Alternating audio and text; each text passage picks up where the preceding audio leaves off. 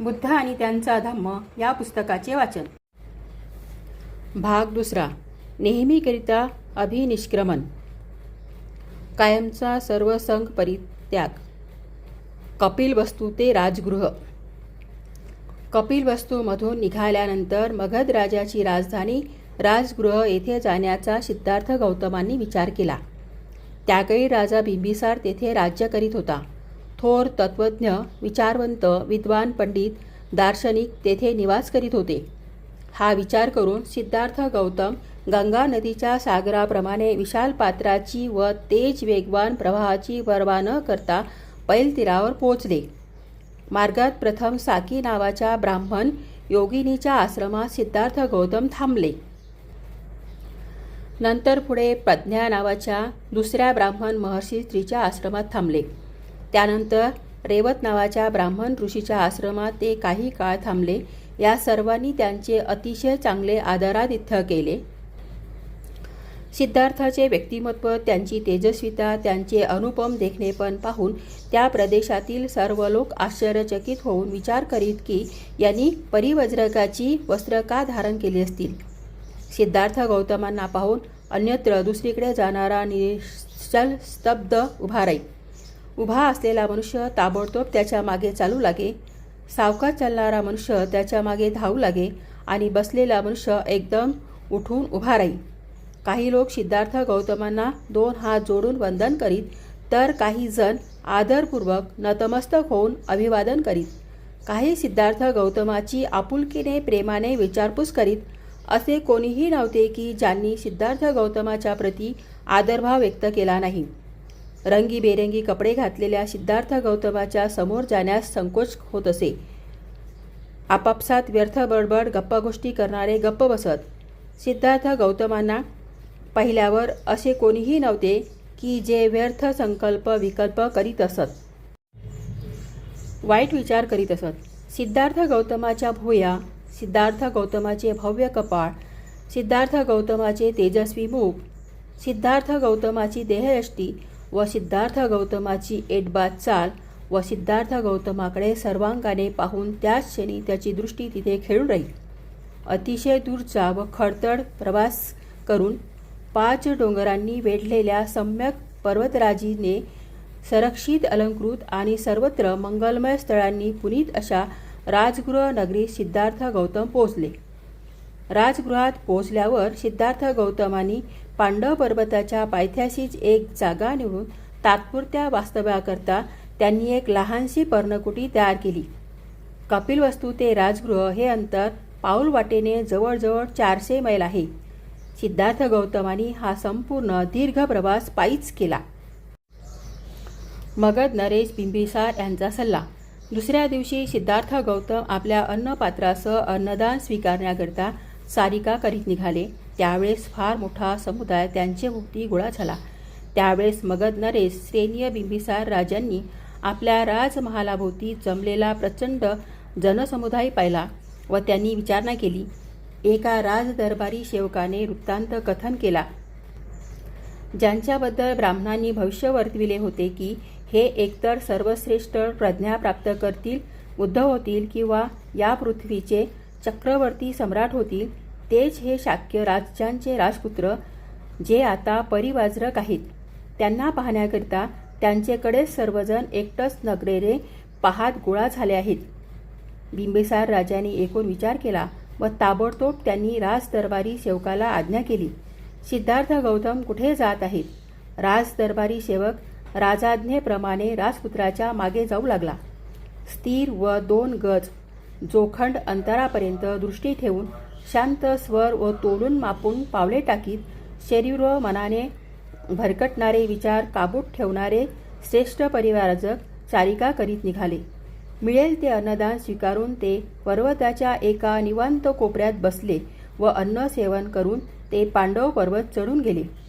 लोघ्र वृक्षाच्या घनदाट अरण्यात मयूरांच्या केकारावानी निनादलेल्या त्या वनात कासाय लाल वस्त्रधारी मानवतेचा सूर्य पूर्व दिशेच्या पर्वतराजीवरील उगवत्या सूर्यासारखा तळपू लागला. त्या राजदरबारी सेवकाने हे सर्व पाहून बिंबिसार राजांना सर्व वृत्तांत कथन केला. राजाने तो वृत्तांत ऐकला तेव्हा अतिनम्र गौरवपूर्व भावनेसह मोजका लवाजमा घेऊन ते स्वतः त्या दिशेने निघाले. पर्वतासमान व्यक्तिमत्व असलेल्या त्या मगध नरेशांनी पर्वतारोहण केले. आसनस्थ तेजस्वी जितेंद्रिय सिद्धार्थ गौतम त्यांच्या दृष्टीस पडले. दोलायमान पर्वताच्या उत्तुंग शिखरासमान त्यांना ते प्रतीत झाले. सौंदर्य व परिपूर्ण मानसिक शांतता, स्थिरचित्तता यामुळे वैशिष्ट्यपूर्ण दिसणाऱ्या सिद्धार्थ गौतमांना मगध नरेशांनी पाहिले. आश्चर्याने प्रेमपूर्वक आदरभावाने ते सिद्धार्थ गौतमाजवळ गेले. बिंबिसार महाराजांनी मोठ्या आदराने त्यांचे क्षेमकुशल व शरीरशास्त्राविषयी विचारणा केली व सिद्धार्थ गौतमाने तितक्या शालीनतेने आपण सकुशल आहोत याची ग्वाही दिली. त्यानंतर बिंबिसार राजा स्वच्छ खडकावर बसले व मनोभाव व्यक्त करण्याच्या हेतूने ते म्हणाले, आपल्या कुळाशी परिवाराशी वंशपरंपरेने आमची प्रगाढ मैत्री आहे. या मैत्रीची दृढता वेळोवेळी अतिशय चांगल्या प्रकारे सिद्ध झाली आहे आणि म्हणूनच काही सांगावे अशी इच्छा निर्माण झाली आहे. माझे ममत्व स्नेहभावयुक्त विचार ऐकून घ्या. जेव्हा मी आपल्या सूर्यकुलाच्या वंशाचा विचार करतो, आपल्या तारुण्याचा विचार करतो, आपल्या अनुपम देखणेपणाचा विचार करतो, तेव्हा आश्चर्य वाटते की आपल्या मनात राजभोग जीवनाच्या सर्वथा विसंगत संन्यस्त परिवाजक जीवन व्यतीत करण्याचा निर्धार कसा निर्माण झाला. आपल्या शरीराला रक्तचंदनाचा सुगंधच योग्य आहे. रक्तवर्णीय जाडी भरडी वस्त्रे शोभत नाहीत. जे हात प्रजेचे रक्षणास योग्य आहेत त्या हाताने भिक्षापात्र ग्रहण करणे योग्य नाही. हे सभ्य युवा राजपुत्रा, जर का पित्याचे राज्य नको असेल तर मी तुला माझे अर्धे राज्य देतो. ते ग्रहण करण्याची कृपा करावी. जर का तुम्ही असे केले तर आपल्या स्वजनांना कोणत्याही प्रकारे वाईट वाटणार नाही. कालांतराने सार्वभौम राजसत्ता संपत्ती अखेरीस स्थिरचित्त धीरगंभीर पुरुषाचा आश्रय ग्रहण करते. यासाठी कृपा करून माझी विनंती मान्य करा. सत्पुरुष सज्जनांना सहाय्यामुळे सज्जनाची समृद्धी उत्कर्ष अधिक प्रभावी होतो. जर का कुलाभिमानामुळे माझे म्हणणे अमान्य होत असेल तर माझ्या अगणित सैन्यात आपल्या धनुष्यबाणासह सामील व्हा आणि मला मित्र मानून माझ्या साह्याने आपल्या शत्रूवर विजय मिळवा. म्हणून अर्धे राज्य किंवा सैन्यात दाखल यापैकी एका गोष्टीचा स्वीकार करा. नियमानुसार गुणवत्ता, धर्म, फलप्राप्ती, अर्थ आणि काम यांच्या प्राप्तीचे प्रयत्न केले जातात. उलटपक्षी प्रेम, सुख आणि शांती यांच्या प्राप्तीसाठी पाठपुरावा करा. हीच 3 जीवनाची उद्दिष्टे आहेत. मनुष्याच्या मृत्यूसमयी या जगाशी संबंधित सर्व गोष्टीचे विलीनीकरण होते. धर्मनियमानुसार वागून गुणवत्ता, संपत्ती आणि सुखप्राप्तीकरिता पाठपुरावा केला जातो, परंतु तुम्ही उलट क्रमानुसार प्रेम आणि शांती प्राप्त करा. जीवनाच्या या 3 उद्दिष्टाचा पाठपुरावा करून त्याचे फलप्राप्तीकरिता आपले व्यक्तिमत्व जीवन कारणीभूत होऊ द्या. असे सांगितले जाते की धर्म, अर्थ आणि काम यांच्या प्राप्तीमध्ये जीवनाची सार्थकता व सफलता आहे. या धनुष्य बाणास धारण करण्यास समर्थ व ज्यांच्यात पृथ्वीच नव्हे तर त्रैलोक्य जिंकण्याचे सामर्थ्य आहे अशा शक्तिशाली बाहूंना निरुपयोगी ठेवू नका. माझा आपल्यावर असलेल्या प्रेमापोटी ममत्वामुळे या गोष्टी मी आपणास सांगत आहे. यामध्ये माझा सत्ता, राज्य, लोभ नाही किंवा आपला याचकाचा वेश पाहून माझ्यात निर्माण झालेला उद्धटपणा, घमेंड नाही. आपल्याबद्दलच्या अनुकंपेतून, दयेतून अश्रू ढाळून मी हे सांगत आहे.